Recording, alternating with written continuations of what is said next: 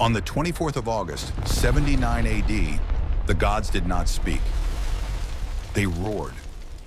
In a single afternoon, the vibrant, pulsing heart of Pompeii was smothered by a liquid shroud of gray ash. 15,000 stories ended in a heartbeat. 15,000 voices were silenced. But history has a way of hiding its most profound truths in the smallest places.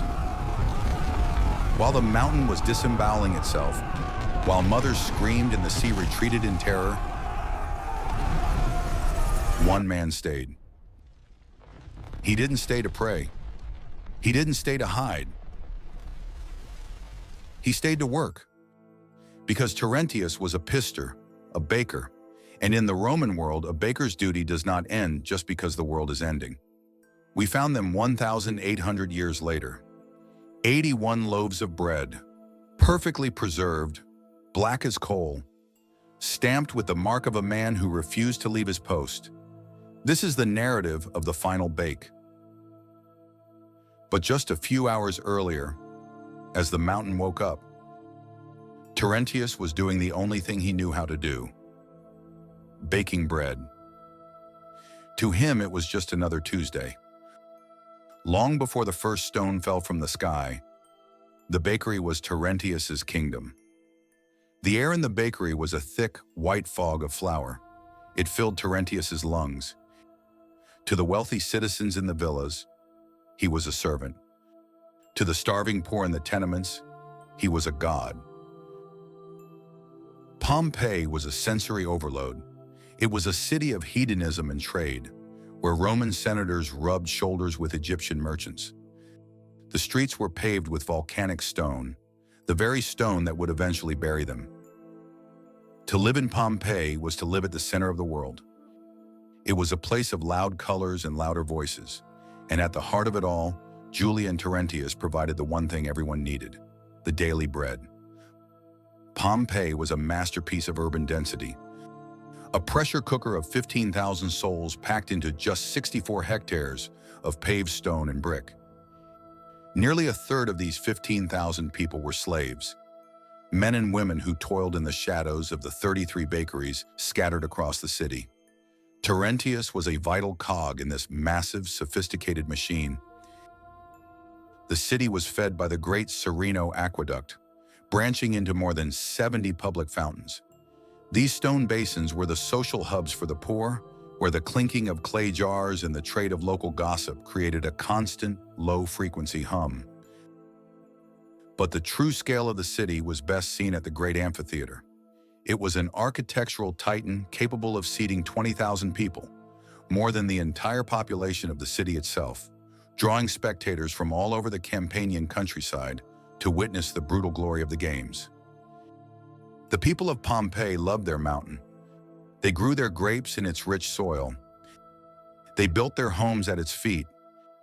They didn't know they were living on a ticking bomb. They didn't know what a volcano was. The Vesuvius was inactive for 800 years.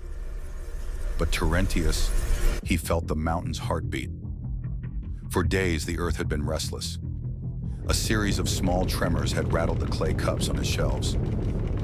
The water in the wells had tasted of sulfur and iron. The rats had left the bakery days ago. And a baker knows that when the rats leave, something is wrong. At 11:30 a.m., a massive jolt knocked a tray of unbaked dough to the floor. Terentius stood over his table, his heart racing. He could hear his wife calling from the back. She wanted to leave. Most were already heading for the gates. But Terentius looked at his oven. The fire was at its peak. The 81 loaves, the daily ration for a dozen families, were ready to go in. If he left now, the fire would die. The bread would be lost. And in his stubborn Roman mind, the idea of wasting a bake was a sin greater than the fear of a tremor. Then the mountain screamed. A sound so loud it broke the glass in the windows. A column of ash erupted into the sky, reaching the height of the stars. Within minutes, the afternoon sun vanished. Total, suffocating darkness descended on Pompeii. People were running past his shop. pillows tied to their heads for protection. His wife pleaded one last time before being swept away by the crowd toward the sea. He stayed. Why? Perhaps he believed the thick stone walls of the bakery would hold. Perhaps he thought the eruption would pass like a summer storm. Or perhaps, in a world that was suddenly making no sense, the familiar weight of the bread paddle was the only thing keeping him from falling into madness. He slid the last loaf in. He closed the heavy iron door. He turned the hourglass. 1 hour. The bread needed 1 hour. He sat on a bench, a wet cloth over his face, as the roof began to groan under the weight of the falling stone. The air was no longer oxygen. It was a toxic soup of carbon dioxide and sulfur. The first story of the bakery was gone, filled with ash. Terentius was trapped in a small pocket of air. The heat from the mountain was now competing with the heat of his oven. Then came the surge, a pyroclastic flow, a wall of gas and ash at 300 degrees Celsius, hit the walls of Pompeii at 100 miles per hour. It didn't burn him. It cooked him instantly. The moisture in his body turned to steam. His brain flared, then silenced. In a fraction of a second, Terentius was no longer a man. He was a statue.